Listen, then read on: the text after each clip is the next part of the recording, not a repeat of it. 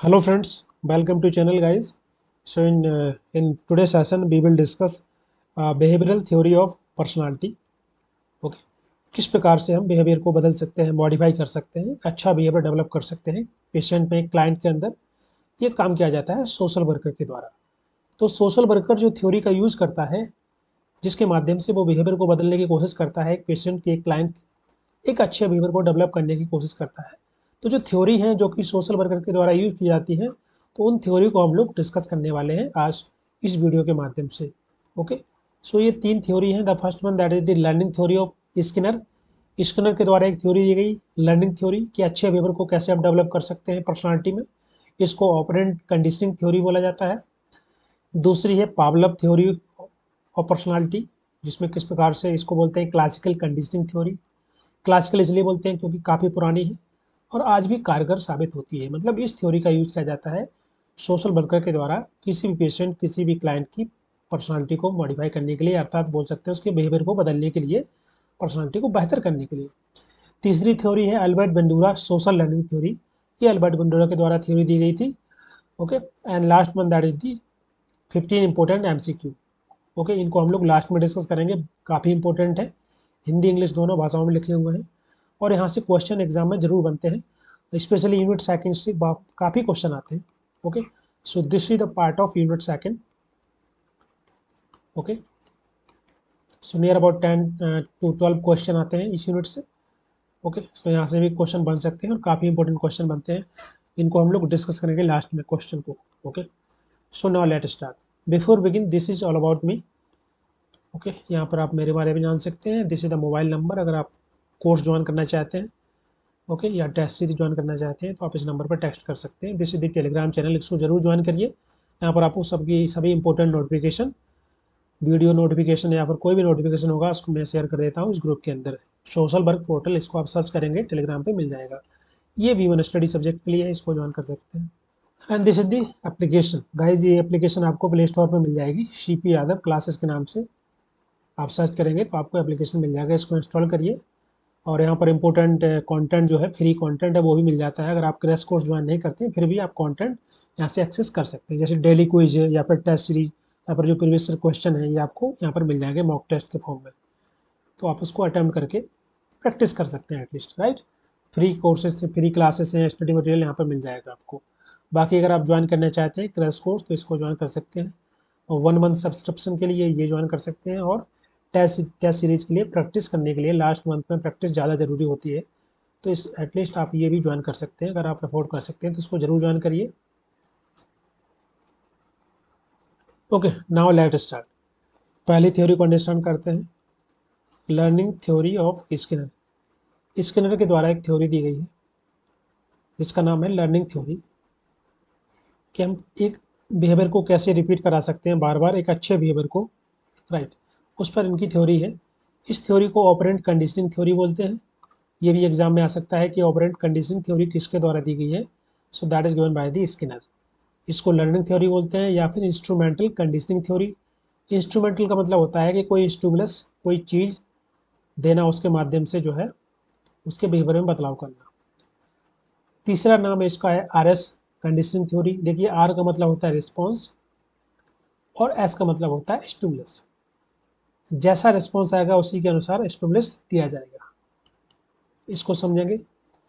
Okay, तो जो Skinner की थ्योरी थी, इनके द्वारा बताया गया कि बेसिकली जो बिहेवियर है किसी भी पर्सन का, किसी भी क्लाइंट का या कोई पेशेंट है, तो सोशल वर्कर के द्वारा इस थ्योरी को यूज करके उसके बिहेवियर को हम बदल सकते हैं। अगर उसको हम पॉजिटिव रीएनफोर्स करेंगे या फिर नेगेटिव रीएनफोर्स करेंगे तो इसका जो बिहेवियर है इसमें कुछ ना कुछ हम बदलाव कर सकते हैं।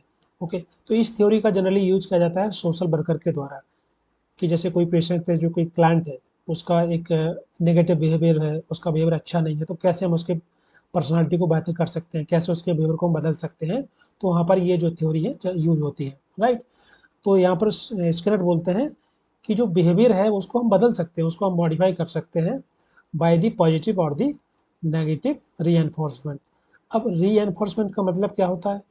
इसका मतलब होता है कि एक बिहेवियर, एक ऐसा बिहेवियर, एक अच्छा बिहेवियर जिसको हम बार बार रिपीट कराना चाहते हैं, तो बार बार रिपीट कराने के लिए हम जो काम करते हैं, जो हम करते हैं, उसको हम बोलते हैं री। ठीक है, जो एक्स्ट्रा एफर्ट डाल रहे हैं, जो हम मेहनत कर रहे हैं, जो कुछ काम कर रहे हैं एक एक बिहेवियर को रिपीट कराने के लिए, उसको हम बोलेंगे रीएनफोर्समेंट। ओके, स्किनर की थ्योरी थी basically based on the law of effect theory of Thorndike. देखिए थॉर्नडाइक के द्वारा एक थ्योरी दी गई, इसका नाम था लॉ ऑफ इफेक्ट।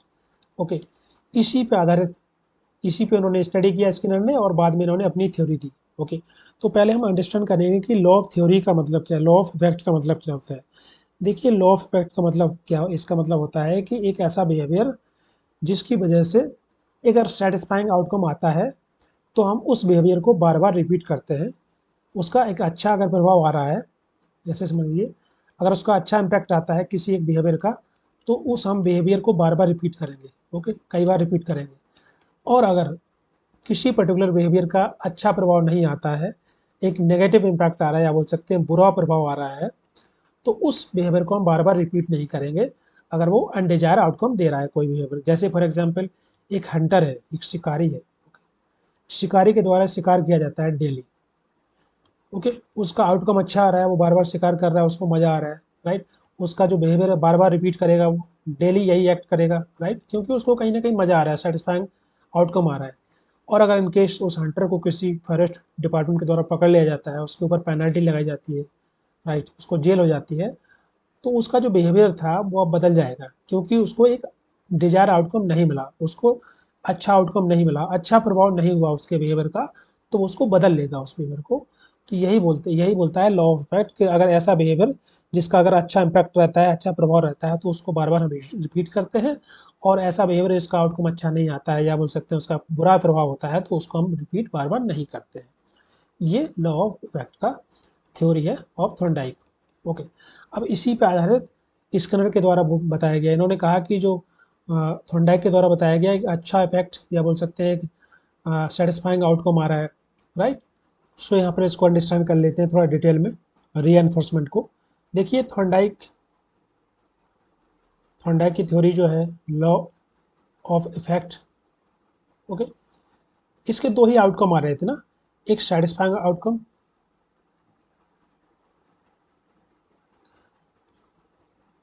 एक अनसेटिस्फाइंग आउटकम,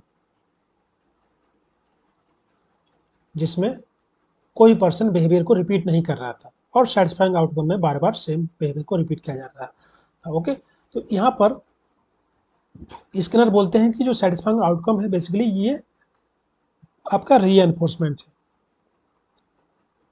ओके, और जो अनसेटिस्फाइंग आउटकम था जिसको इन्होंने बताया कि बुरा प्रभाव पड़ रहा है, जब बुरा प्रभाव पड़ेगा तो बिहेवियर को बार बार रिपीट नहीं करेगा, तो इनको इसको बोल दिया इन्होंने ये क्या है, पनिशमेंट। ओके, अब इसको समझते हैं आसानी से। रीएनफोर्समेंट का मतलब क्या होता है कि जब एक अच्छे बिहेवियर को हम बार बार रिपीट कराना चाहते हैं, तो उसके लिए जो हम काम करते हैं उसको बोलते हैं रीएनफोर्समेंट। ओके, ये बार बार करना पड़ता है। ओके, कई बार करना पड़ता है, बोल सकते हैं इस प्रकार से। रीएनफोर्समेंट भी दो प्रकार का होता है, एक पॉजिटिव रीएनफोर्समेंट, एक नेगेटिव रीएनफोर्समेंट। देखिए पॉजिटिव रीएनफोर्समेंट का मतलब होता है कि हम वो चीज़ देते हैं किसी पर्सन को जो उसे पसंद है, वो लेना चाहता है, जैसे एक बच्चे को चॉकलेट देना, राइट। उसको पसंद है तो वो लेना चाहता है, तो उसके लिए वो कुछ भी करेगा, राइट। इसे बोलते हैं पॉजिटिव रीएनफोर्समेंट। नेगेटिव रीएनफोर्समेंट का मतलब होता है कि पहले हम उसको कुछ छीन लेते हैं उससे, उससे पहले कुछ हम ले लेंगे, उसको फिर बाद में दे देंगे।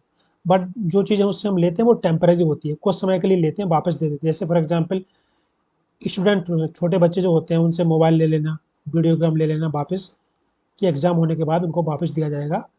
पेरेंट्स ऐसा बोलते हैं कि अभी आप वापस कर दीजिए, अभी एग्ज़ाम में, तो उसके बाद अगर आप अच्छा परफॉर्म करेंगे तो आपको वापस वीडियो गेम या फिर बाइसिकल या फिर मोबाइल आपको दोबारा दे दिया जाएगा। तो इसे बोलते हैं नेगेटिव रीएनफोर्समेंट। ठीक है, नेगेटिव रीएनफोर्समेंट में क्या होता है कि पहले हम कोई चीज़ को वापस लेते हैं, कोई छीन लेते हैं, फिर हम उसको दोबारा देते हैं, अगर वो अच्छे से अच्छा बिहेवियर उसका होता है, अच्छा काम करता है, तो उसको वापस कर देते हैं, जो कि जनरली बच्चों के साथ किया जाता है। और पॉजिटिव का मतलब होता है कि हम उसको वो चीज़ देते हैं जो वो लेना चाहता है, जिसको लेने में उसको अच्छा लग रहा है, मज़ा आ रहा है, जैसे बच्चे को चॉकलेट देना। ओके, इसी प्रकार से, तो इसे बोलेंगे हम पॉजिटिव रीइंफोर्समेंट। हम बात करेंगे पनिशमेंट की।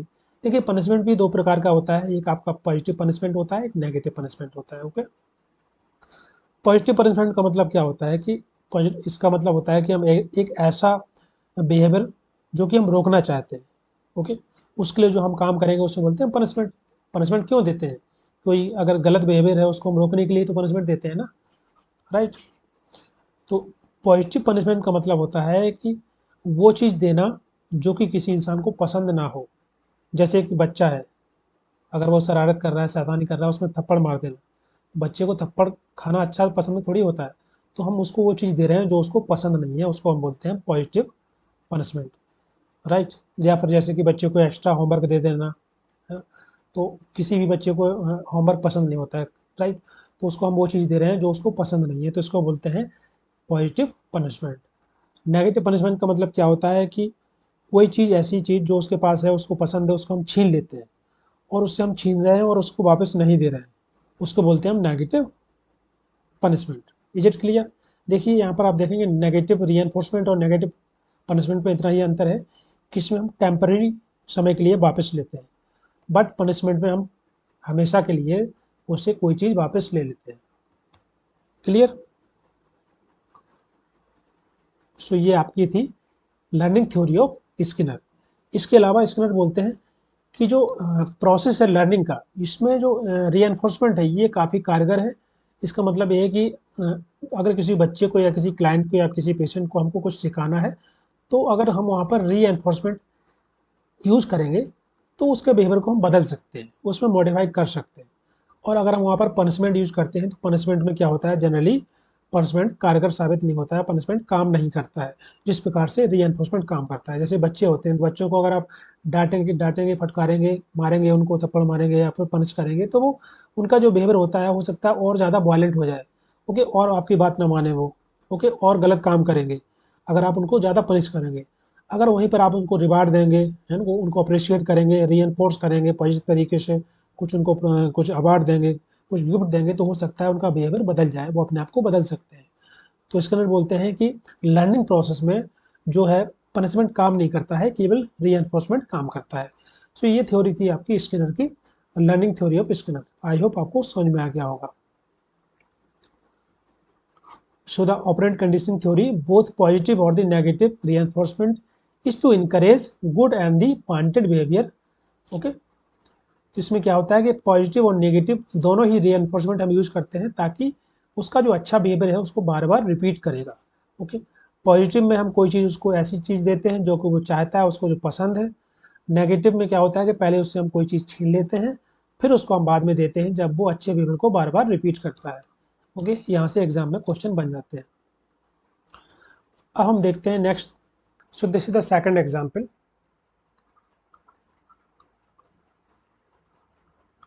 Of Skinner theory. यहाँ पर आप देख सकते हैं बॉक्स है जिसको बोला जाता है स्किनर चैम्बर। इन्होंने एक चैम्बर बनाया, एक्सपेरिमेंट किया एक रैट के ऊपर, एक चूहे के ऊपर इन्होंने स्टडी किया है। क्या स्टडी किया? इन्होंने बेसिकली ये देखा कि इस बॉक्स के अंदर जब हम चूहे को रख देते हैं तो उसका बिहेवियर किस प्रकार का रहता है। उसके बिहेवियर को उन्होंने पढ़ा, उसको समझा। आप देख सकते हैं इसके अंदर काफ़ी ऑब्जेक्ट हैं, जैसे कि स्पीकर है, या ये जो सिग्नल लाइट वगैरह है, यहाँ पर एक लेवर है, यहाँ पर एक इलेक्ट्रिक ग्रिड है जिसको टच करने पर शॉक लग सकता है इसको। तो डिफरेंट ऑब्जेक्ट हैं और ये ऑब्जर्व करते हैं स्किनर कि ये जो चूहा जब बार बार अलग अलग ऑब्जेक्ट को टच करता है तो इसका क्या आउटकम आता है। एक क्या पॉजिटिव आउटकम आ रहा है, कि प्लेजेंट आउटकम आ रहा है, कि अनप्लेजेंट आउटकम आ रहा है, उसके अनुसार उसको अपने बिहेवियर को बदलता है चूहा। तो इसको अंडरस्टैंड कर लेते हैं। जैसे पहली बार जब उसने इसको छुआ स्पीकर को, तो यहाँ से उसको कोई अच्छा आउटकम नहीं आया, राइट। पहला ऑब्जेक्ट जो उसने टच किया, ओके, तो यहाँ से कोई आउटकम नहीं आया, उसको कुछ मिला नहीं है। तो इसने जो बिहेवियर था, इस प्रकार का बिहेवियर या बोल सकते हैं इस प्रकार का जो एक्ट था, वो दोबारा रिपीट नहीं किया, क्योंकि यहाँ से उसको कोई प्लेजेंट आउटकम नहीं मिला है। उसके बाद इन्होंने फिर ये सिग्नल थे इसको टच किया, यहाँ से भी कोई आउटकम नहीं आया, कोई प्लेजेंट आउटकम नहीं आया, कोई अच्छा प्रभाव नहीं पड़ा। तो इन्होंने इस एक्ट को नहीं दोबारा रिपीट नहीं किया इस चूहे के ने। उसके बाद तीसरा जो है यहाँ पर इलेक्ट्रिक ग्रिड है। जब उसने इसको टच किया तो उसको करंट लगा, उसको शॉक लगा। तो ऑफकोर्स ये कोई प्लेजेंट आउटकम तो नहीं है चूहे के लिए। तो उसने इस बिहेवियर को भी दोबारा अडॉप्ट नहीं किया, बोल सकते हैं इस प्रकार का एक्ट को दोबारा उसने नहीं किया। अब फोर्थ इसमें जो ऑब्जेक्ट है ये है लीवर। अब जैसे उसने इसको प्रेस किया तो यहाँ से प्रेस करने के बाद यहाँ से फूड आया। अब फूड आया, चूहे के लिए फूड आया, तो क्या है, एक प्लेजेंट आउटकम है। प्लेजेंट आउटकम का मतलब क्या है कि अब वो जो है इस बिहेवियर को, इस पर्टिकुलर बिहेवियर को बार बार रिपीट करेगा, क्योंकि उसको पता है कि हम जब उसको टच करते हैं तो फूड आ जाता है। उसके अलावा और किसी ऑब्जेक्ट को हम टच करते हैं तो फूड आता नहीं है, बाकी यहाँ पर तो करंट भी लग जाता है।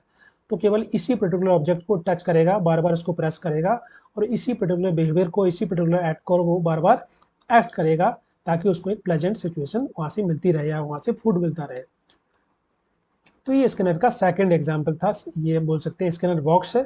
इसके माध्यम से उन्होंने स्टडी की एक रैट की, उसके बिहेवियर को पढ़ा, उसको समझा कि किस प्रकार से जो चूहा है अपने एक बिहेवियर को, पर्टिकुलर बिहेवियर को बार बार कैसे रिपीट करता है जब उसको बार बार एक अच्छा आउटकम मिलता है, और ऐसा आउटकम जो कि अनप्लेजेंट है तो उस बिहेवियर को दोबारा वो रिपीट नहीं करता है। जैसे कि यहाँ पर इलेक्ट्रिक ग्रिड को छूने के बाद उसको जब करंट लगा तो उसने दोबारा कभी इसको दोबारा छुआ नहीं, उस प्रकार के बिहेवियर को उसने दोबारा रिपीट नहीं किया। राइट। तो आई थिंक आपको ये समझ में आ गया होगा स्किनर की theory, learning theory of Skinner. हम पढ़ेंगे पावलव थ्योरी। दूसरी थ्योरी है पावलव थ्योरी ऑफ लर्निंग। इसको क्लासिकल कंडीशनिंग थ्योरी बोलते हैं, क्योंकि क्लासिकल का मतलब होता है जो काफ़ी पुरानी है, काफ़ी पुराना जो कोई चीज़ होती है उसको हम बोलते हैं क्लासिकल। जैसे क्लासिकल डांस होता है, राइट, इस क्योंकि काफ़ी पुराना होता है इसीलिए उसको बोलते हैं क्लासिकल। तो ये थ्योरी भी काफ़ी पुरानी है, लगभग 18 सेंचुरी में इसको पावलोव के द्वारा डिस्कवर किया गया था, 1890 के आसपास। ओके। इस थ्योरी के द्वारा इन्होंने बताया कि किस प्रकार से, इन्होंने बेसिकली एक डॉग के ऊपर एक्सपेरिमेंट किया। ओके। और इन्होंने बताया कि किस प्रकार से जब भी घंटी बजाई जाती है, जब बेल बजाई जाती है तो डॉग सेलिब्रेट करता है। सेलिब्रेट का मतलब होता है उसके मुंह में लार आना, लार टपकना। अगर हम नेचुरली बात करें तो नेचुरली कोई भी डॉग हो या कोई भी एनिमल हो, कोई भी इंसान हो, अगर उसके सामने फूड आएगा तभी उसके मुंह में पानी आता है।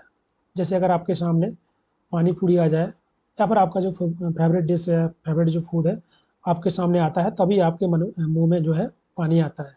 राइट। इसी प्रकार से डॉग डॉग के साथ ये सेम केस बनता है। बट यहाँ पर प्रॉब्लम के द्वारा क्या किया गया, बैल को जोड़ा गया, एक घंटी को जोड़ा गया उसके फूड के साथ। ओके। तो फूड के सामने तो वो सेलिब्रेट करेगा ही। जब इस एक्सपेरिमेंट को बार बार रिपीट किया गया काफ़ी लंबे समय तक, तो डॉग को लगा कि यार जब घंटी बजाई जाती है, जब बैल बजती है, तभी जो है फूड आता है, या बोल सकते हैं घंटी बजती है तो फूड आता है। तो वो सेलिब्रेट करना स्टार्ट कर दिया केवल घंटी बजने पर ही। जब फूड नहीं आया, केवल घंटी बजाई गई, तब भी उसने सेलिब्रेट किया। तो उसने सेलिब्रेशन यहाँ पर जोड़ा गया किसके साथ, बैल के साथ। Learning with association. एसोसिएशन यहाँ पर क्या है, बैल है। तो इसी इसी कंसेप्ट को हम लोग समझेंगे, इस थ्योरी को समझेंगे डिटेल में। ओके। सबसे पहले अंडरस्टैंड कर लेते हैं कंडीशनिंग का। मैंने आपको बता दिया कंडीशनिंग का मतलब होता है पेयर करना। सो नेचुरली डॉग शुरुआत में जब फूड आएगा तभी वो सेलिब्रेट करेगा, ये नेचुरली है। राइट।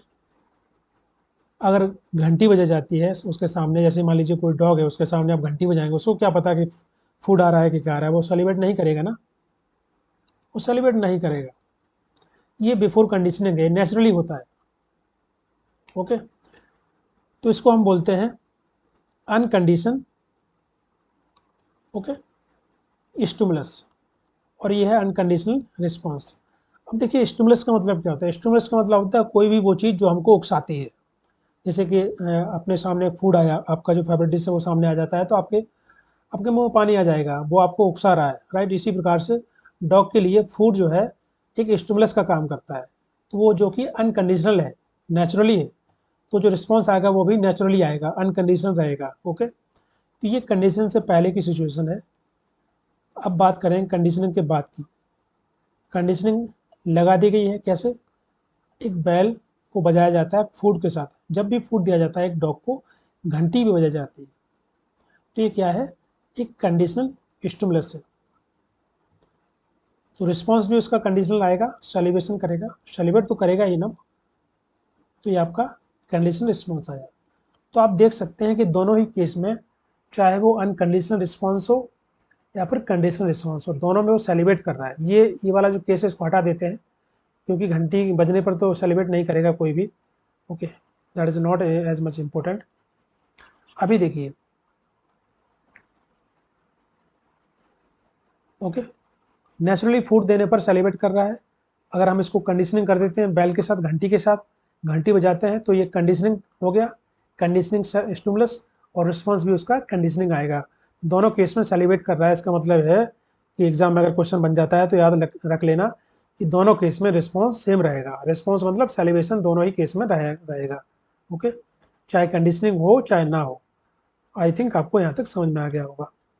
अब इस पूरे प्रोसेस को हम लोग समझेंगे डिटेल में कि कैसे वो लर्न करता है, कैसे वो छोड़ देता है, कैसे एक्वायर कर लेता है, कैसे जनरलाइज करता है। जो पूरा प्रोसेस है उसको समझेंगे। और इस डायग्राम को थोड़ा समझ लेते हैं। यहाँ पर ये बिफोर कंडीशनिंग है, जब कंडीशनिंग नहीं की गई है, जब नेचुरली डॉग के सामने फूड लाया जाता है तो वो सेलिब्रेट करेगा, ऑफकोर्स करेगा। अगर उसके सामने घंटी बजाई जाती है तो वो सेलिब्रेट नहीं करेगा, तो ऑफकोर्स सेम सही है। अगर किसी भी डॉग के सामने, किसी भी जानवर के सामने, किसी इंसान के सामने आप घंटी बजाएं या घंटा बजाएं, उससे क्या फ़र्क पड़ता है डॉग को? ठीक है, उसके मुंह में पानी थोड़ी आएगा। पानी तभी आएगा जब उसके सामने फूड आएगा। तो ये बिफोर कंडीशनिंग है। आफ्टर कंडीशनिंग फूड लाया जाता है और घंटी बजाई जाती है। इसको बार बार रिपीट किया जाता है तो उसको लगता है कि शायद घंटी बजने से जो है फूड आ रहा है, या घंटी बजने से फूड आता है, तो वो सेलिब्रेट करना स्टार्ट कर देता है। और ये जब बार बार इसको रिपीट करेंगे तो एक समय ऐसा आएगा कि डॉग घंटी बजेगी तुरंत वो सेलिब्रेट करना स्टार्ट कर देगा। तो ये कंडीशनिंग हो गया है। ओके, अब इसका जो पूरा प्रोसेस है उसको समझ लेते हैं कि किस प्रकार से जो वो एक्वायर करता है, लर्निंग को कैसे छोड़ता है, कैसे, उस चीज़ को समझ लेते हैं। काफ़ी महत्वपूर्ण है। So this is the principle, or you can say process of classical conditioning. First, acquisition, generalization, discrimination, extinction और experimentation recovery। काफ़ी महत्वपूर्ण है। यहाँ से क्वेश्चन बन सकता है एग्जाम में, इसको समझते हैं अच्छे से। अब मान लीजिए किसी डॉग को फूड दिया जाता है दिन में 4 बार। ये घड़ी है, ये वॉच है, 12, 3, 6, 9। ओके, अब किसी डॉग को सुबह 7 AM पर फूड दिया जा रहा है और यहाँ पर घंटी बजाई जा रही है। उसके बाद फिर 11 PM पे AM पे फूड दिया जा रहा है और घंटी बजाई जा रही है साथ में। उसके बाद 2 PM पर फूड दिया जा रहा है और बेल बजाई जा रही है साथ में। और उसके बाद एक बार और उसको फूड दिया जाता है, मान लीजिए 5 PM को, एंड साथ में घंटी बजाई जाती है। ओके, तो दिन में उसको 4 बार फूड दिया गया है और चारों बार घंटी बजाई गई, खाना दिया गया।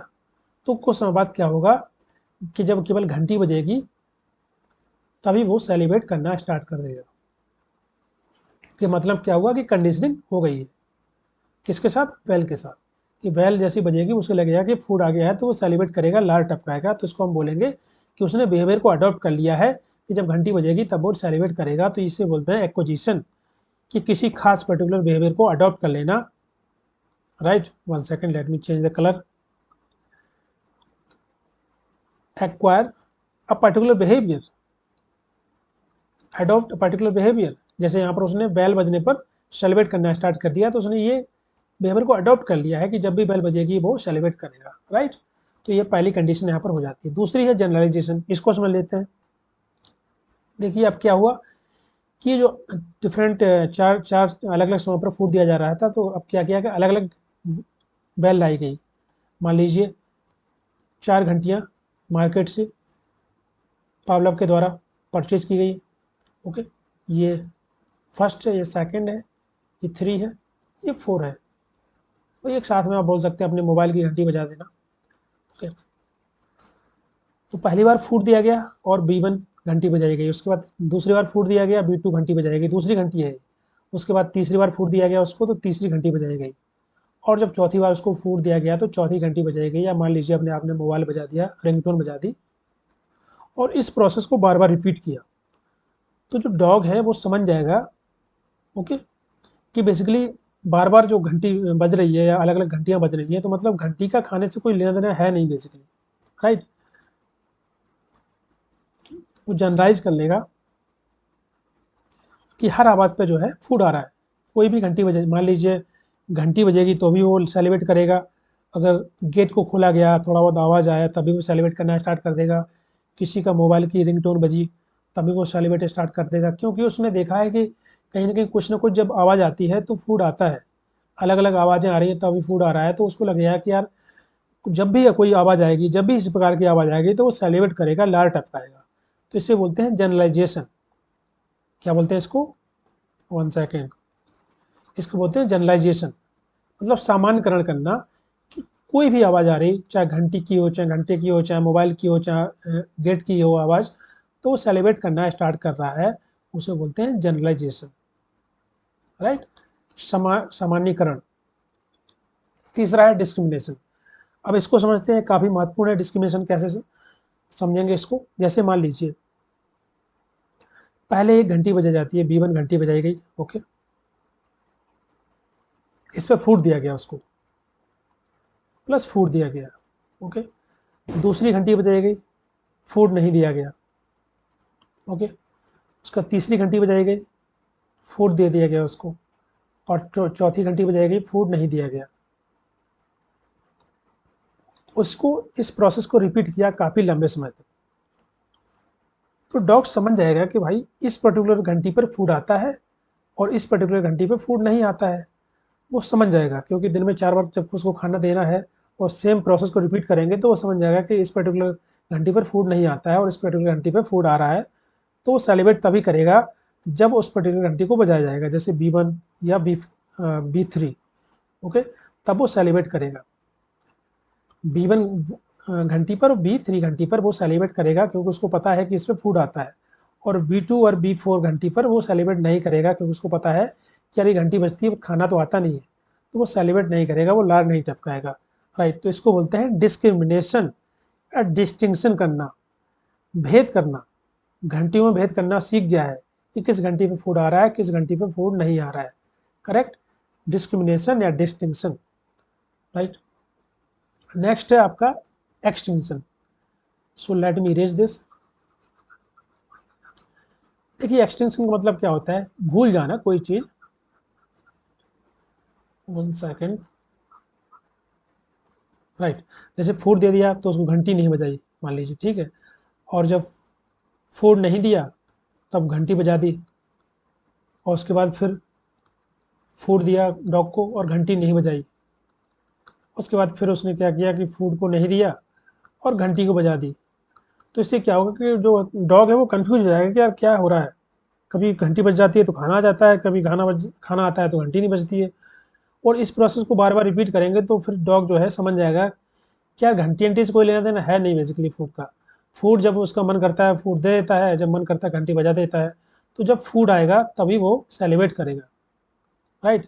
अब घंटी अंटी वो भूल जाएगा कि भाई घंटी से कुछ लेना देना है नहीं, जब फूड मिलेगा तभी हम सेलिब्रेट करेंगे, क्योंकि घंटी तो कभी भी बज जाती है, कभी भी फूड आ जाता है। तो इसे बोलते हैं एक्सटिंक्शन।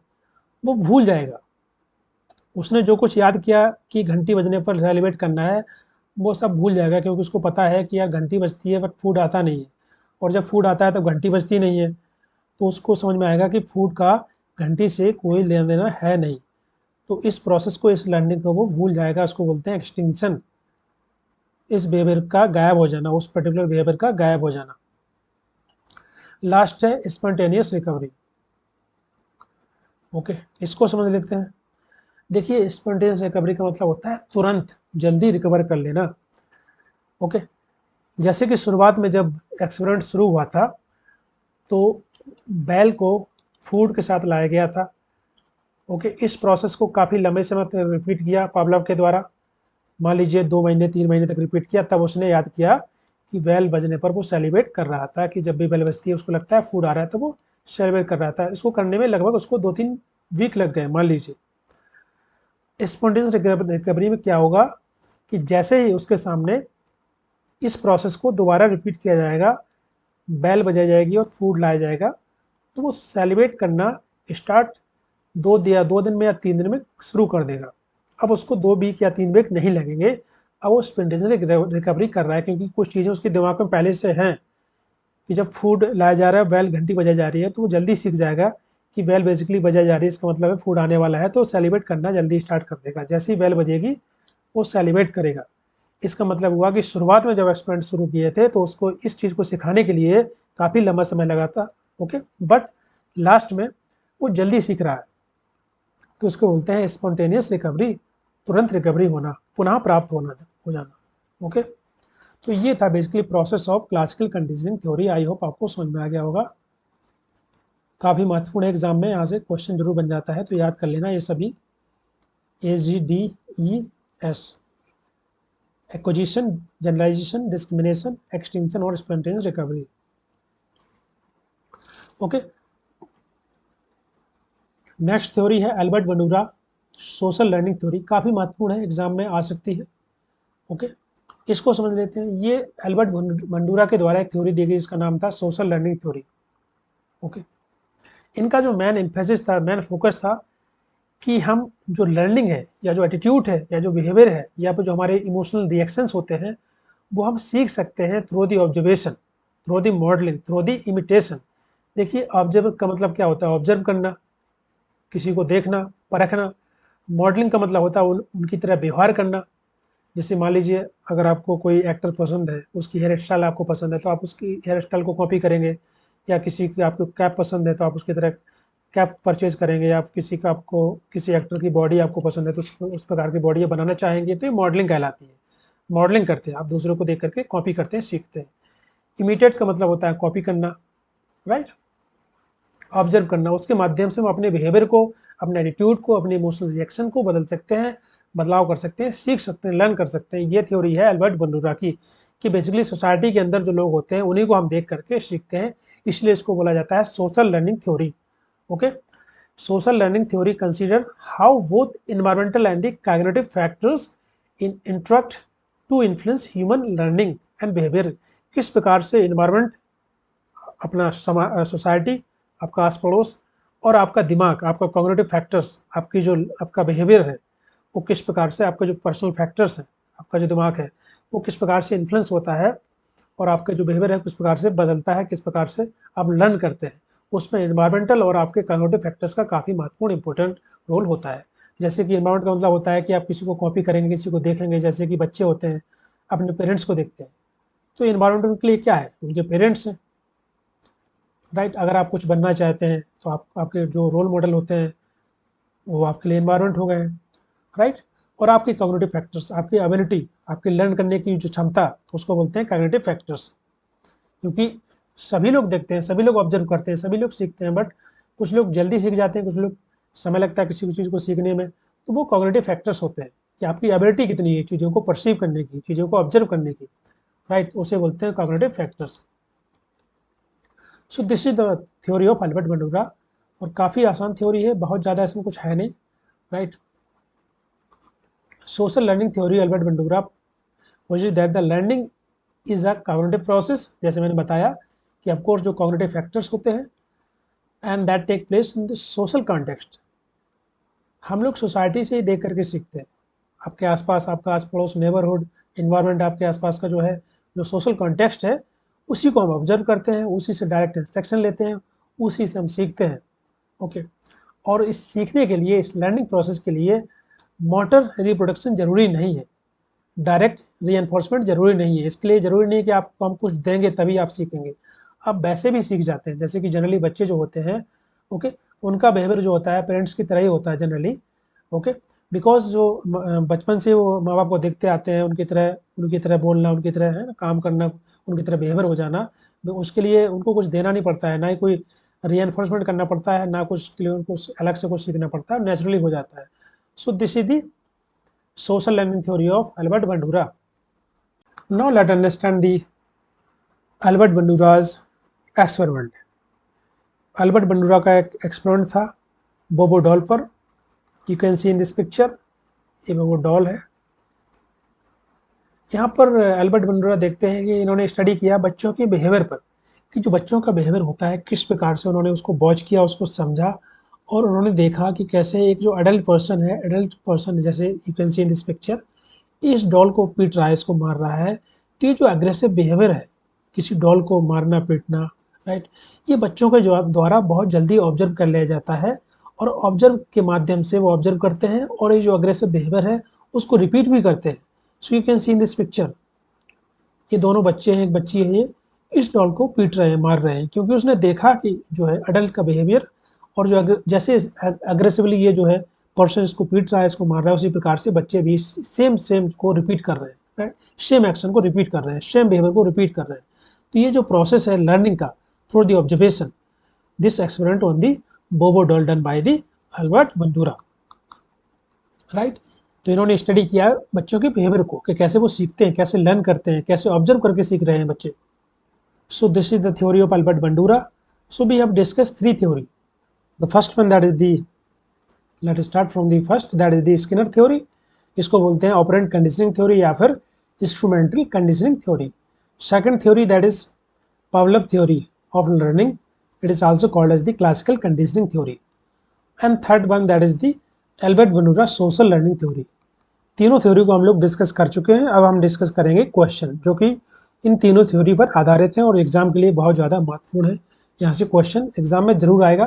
तो ये जो 20 क्वेश्चन है इनको अच्छे से पढ़िए और इसको सॉल्व करने की कोशिश करिए ताकि आपका कोई भी क्वेश्चन एग्जाम में गलत ना हो। पहला क्वेश्चन है, Pavlov is famous for his work. अभी हम लोग को डिस्कस किए पावलोव के द्वारा कौन सी थ्योरी दी गई है, आप बताइए। 20 क्वेश्चन गाइज हैं इस वीडियो के अंदर। आप बताइए कि आपको कितने क्वेश्चन जो है करेक्ट हो रहे हैं कमेंट बॉक्स में इन दी लास्ट। ओके, लास्ट में आपको जोड़ करके बताना है कितने आपके सही थे आउट ऑफ 20 क्वेश्चन। अगर आपने सही से थ्योरी को अच्छे से समझा होगा तो ऑफकोर्स आपके कोई भी क्वेश्चन गलत नहीं होने वाले हैं। पहला question, Pavlov is famous for his work in contingent conditioning, operant conditioning, classical conditioning और the oppositional conditioning. So which option is correct? So the first C is the right answer. मैंने बताया था कि पावलोव के द्वारा classical conditioning theory दी गई थी। Next question, question number second, the study of learning is most closely associated with which school of psychology. आपको बताना है कि जो सीखने की अध्ययन है, जो सीखने के जो अध्ययन है किस स्कूल के साथ जुड़ा हुआ है, साइको एनालिटिकल, ह्यूमनिस्टिक या फिर सोशल या फिर बिहेवियरिस्ट। जैसे हम लोग अभी डिस्कस कर रहे हैं जितनी भी थ्योरी है सब बिहेवियर थ्योरी है, किस प्रकार से हम बिहेवियर को मॉडिफाई करते हैं। तो D will be right answer. Question number 3, if B reinforce the desire response every time it अगर वी आर यूजिंग, तो हम लोग किस प्रकार की रीइंफोर्समेंट को यूज कर रहे हैं? कंटिन्यूस रीइंफोर्समेंट, इंक्रीमेंटल रीइंफोर्समेंट या फिर इंटरमिटेंट रीइंफोर्समेंट या फिर कॉन्टीजेंट रीइंफोर्समेंट। कौन सा आंसर होगा बताइए। If we reinforce the desire response every time, बार बार हम लोग रिपीट करेंगे तो उसे हम बोलेंगे continuous reinforcement, right. Question number 4, observational learning is also known as, observational learning या उसको बोलते हैं अवलोकन सीखना, को आप किस रूप में देख सकते हैं? Classical conditioning, operant conditioning, modelling और the manipulation. So which answer will be correct? Of course modelling का मतलब ही होता है ऑब्जर्व करते हैं आप सीखते हैं, right. C will be right answer. Next question, taking away child toys after she has hit her brother. जैसे मान लीजिए एक छोटी बच्ची है, उसके द्वारा एक उसका छोटा भाई है, उसको मार दिया जाता है, उसको हिट कर दिया जाता है, तो उस बच्चे का टॉय है जो उसको छीन लिया जाता है। तो ये जो एग्जाम्पल है किस प्रकार का है? ये पॉजिटिव पनिशमेंट है या फिर नेगेटिव पनिशमेंट है या फिर विंडिक्टिव कंडीशनिंग या फिर ऑब्जर्वेशनल लर्निंग है? कौन सा आंसर करेक्ट होगा ताकि जो है दोबारा बच्चे को वो ना मारे? दो बच्चे हैं, okay, this is she, this is he, okay. इस बच्चे के द्वारा अपने भाई को मार दिया जाता है, तो इसके पास जो टॉय है वो टॉय छीन लिया जाता है ताकि वो दोबारा इस बच्चे को दोबारा मारे ना, हिट ना करे। तो इसे क्या बोलेंगे, पॉजिटिव पनिशमेंट या नेगेटिव पनिशमेंट? इसे बोलेंगे नेगेटिव पनिशमेंट। मैंने बताया था कि जब हम कोई चीज़ उसे छीनते हैं तो उसे बोलते हैं नेगेटिव पनिशमेंट।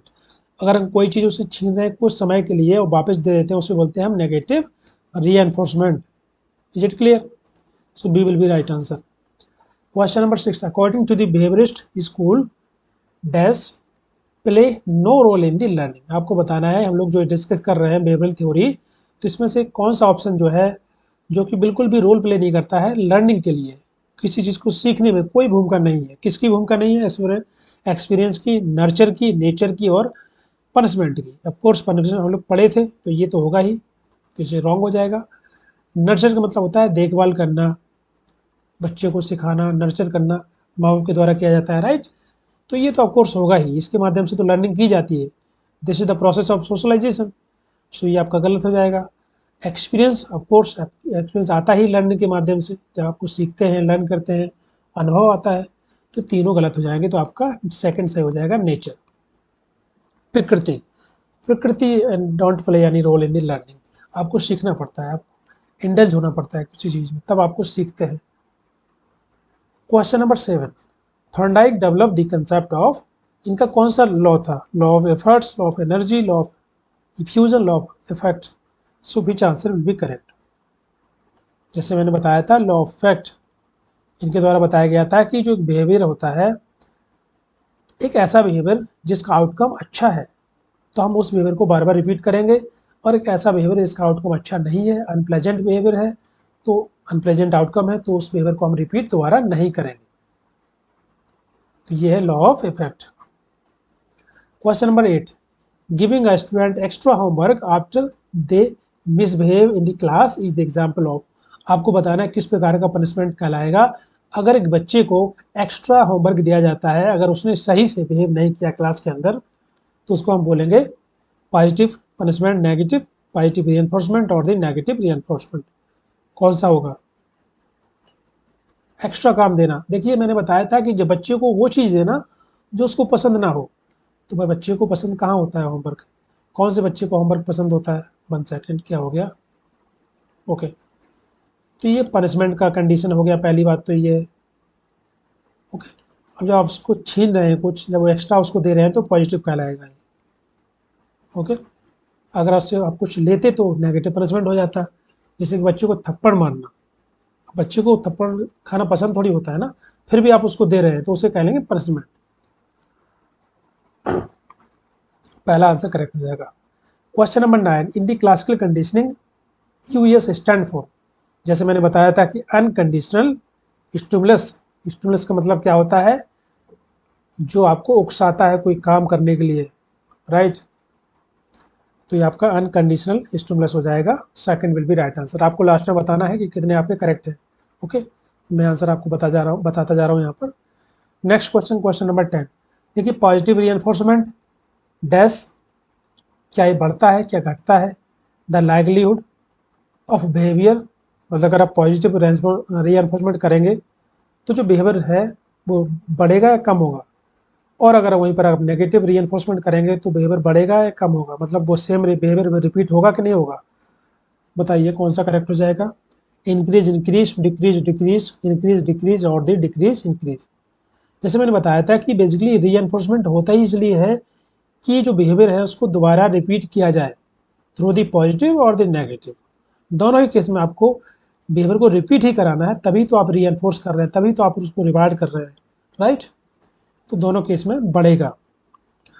ओके, पनिशमेंट जो होता है वो बिहेवियर को रोकने के लिए होता है, कि जो एक्ट है, जो बिहेवियर है, उसको रोकने के लिए हम पनिशमेंट देते हैं, और रीइंफोर्स करते हैं जब हम बिहेवियर को रिपीट कराना चाहते हैं बार बार।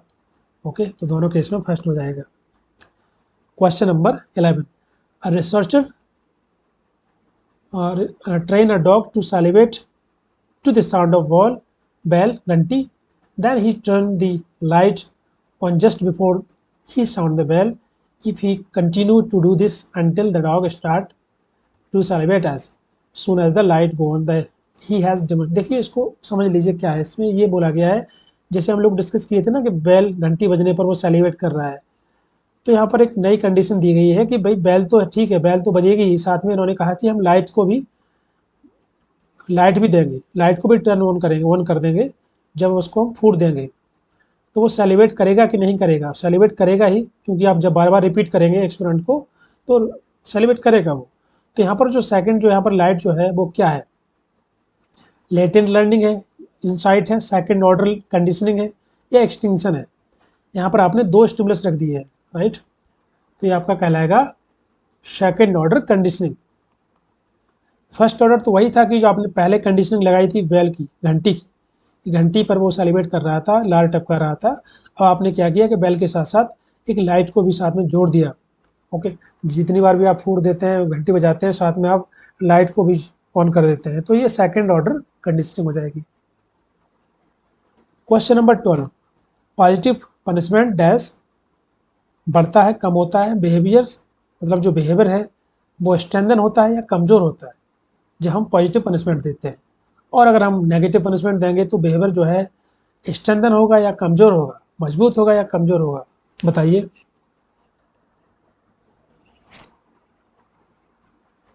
देखिए, पनिशमेंट देने का मतलब ये होता है कि हम बिहेवियर को बदलना चाहते हैं, उस बिहेवियर को हम रोकना चाहते हैं।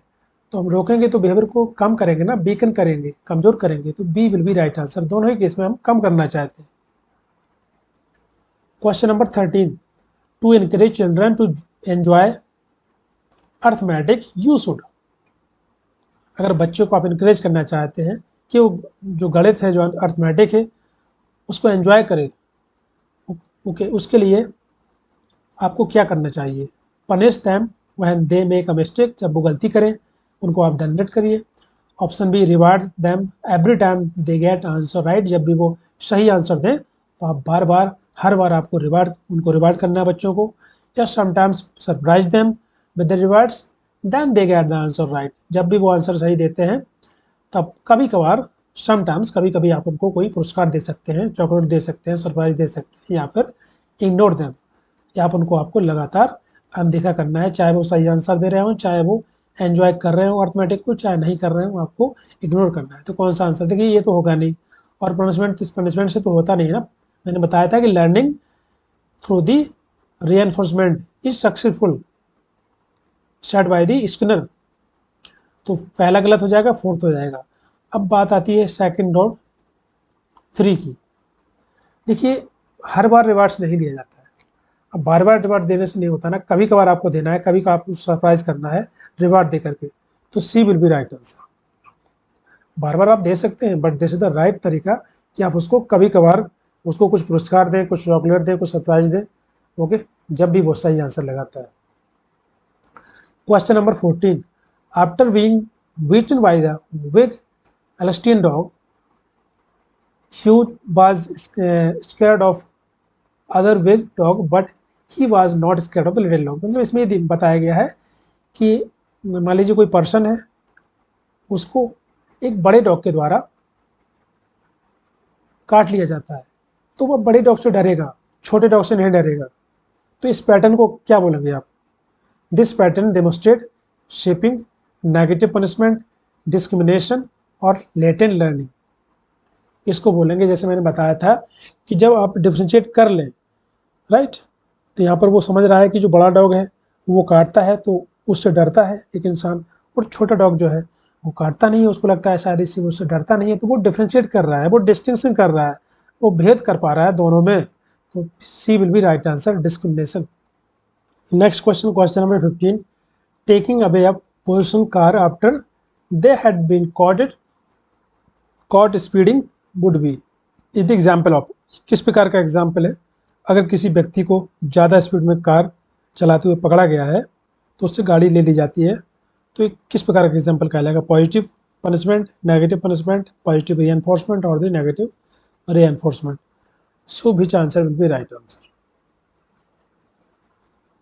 देखिए, यहाँ पर बिहेवियर को रिपीट ना करने के लिए कोशिश की जा रही है, इसका मतलब क्या हुआ, तो रीएनफोर्समेंट तो होगा नहीं, क्योंकि उसमें तो बिहेवियर को हम रिपीट कराने के लिए रीएनफोर्समेंट देते हैं। तो आपका कहलाएगा ये, जब कुछ लेते हैं तो नेगेटिव कहलाएगा, कुछ देते हैं तो पॉजिटिव। पॉजिटिव जैसे थप्पड़ देना, तो ये पॉजिटिव पनिशमेंट है। और देना का मतलब ऐसा नहीं है कि ऐसी चीज़ देना जो कि अनप्लेजेंट है। एक पर्सन को वो चीज़ आप दे रहे हैं जो उसे पसंद नहीं है, जैसे थप्पड़ है, राइट, तो उसे किसी को पसंद नहीं होता है, तो ये आपका कहलाएगा पॉजिटिव पनिशमेंट। और लेना उससे, उसे बोलेंगे नेगेटिव पनिशमेंट। तो second will be right answer, क्योंकि यहाँ पर कार उसकी ली जा रही है। Next question, question number 16, research indicate that the exposure to the violent TV और video games has no impact on the aggression and has increase aggression, decrease aggression, या रिड्यूस एग्रेशन, या फिर promote random act of kindness. दयालुता का भाव बढ़ाना। देखिए मैंने डिस्कस किया था अभी बोबो डॉल के बारे में, जो कि एल्बर्ट बंडोरा के द्वारा एक्सपेरिमेंट किया गया कि कैसे एक बच्चे का जो बिहेवियर है वो ऑब्जर्व कर करके कैसे सीखता है एग्रेसिव बिहेवियर। एक एडल्ट पर्सन के द्वारा एक बोबो डॉल को पीटा जा रहा है, एक एग्रेसिव बिहेवियर दर्शाया जा रहा है, तो एक बच्चा भी उसी को ऑब्जर्व करता है और सीख लेता है और वो भी सेम एक्ट को रिपीट करता है। तो यहाँ पर अग्रेशन को बढ़ रहा था, मतलब अग्रेशन को सीख रहा था तो बढ़ेगा।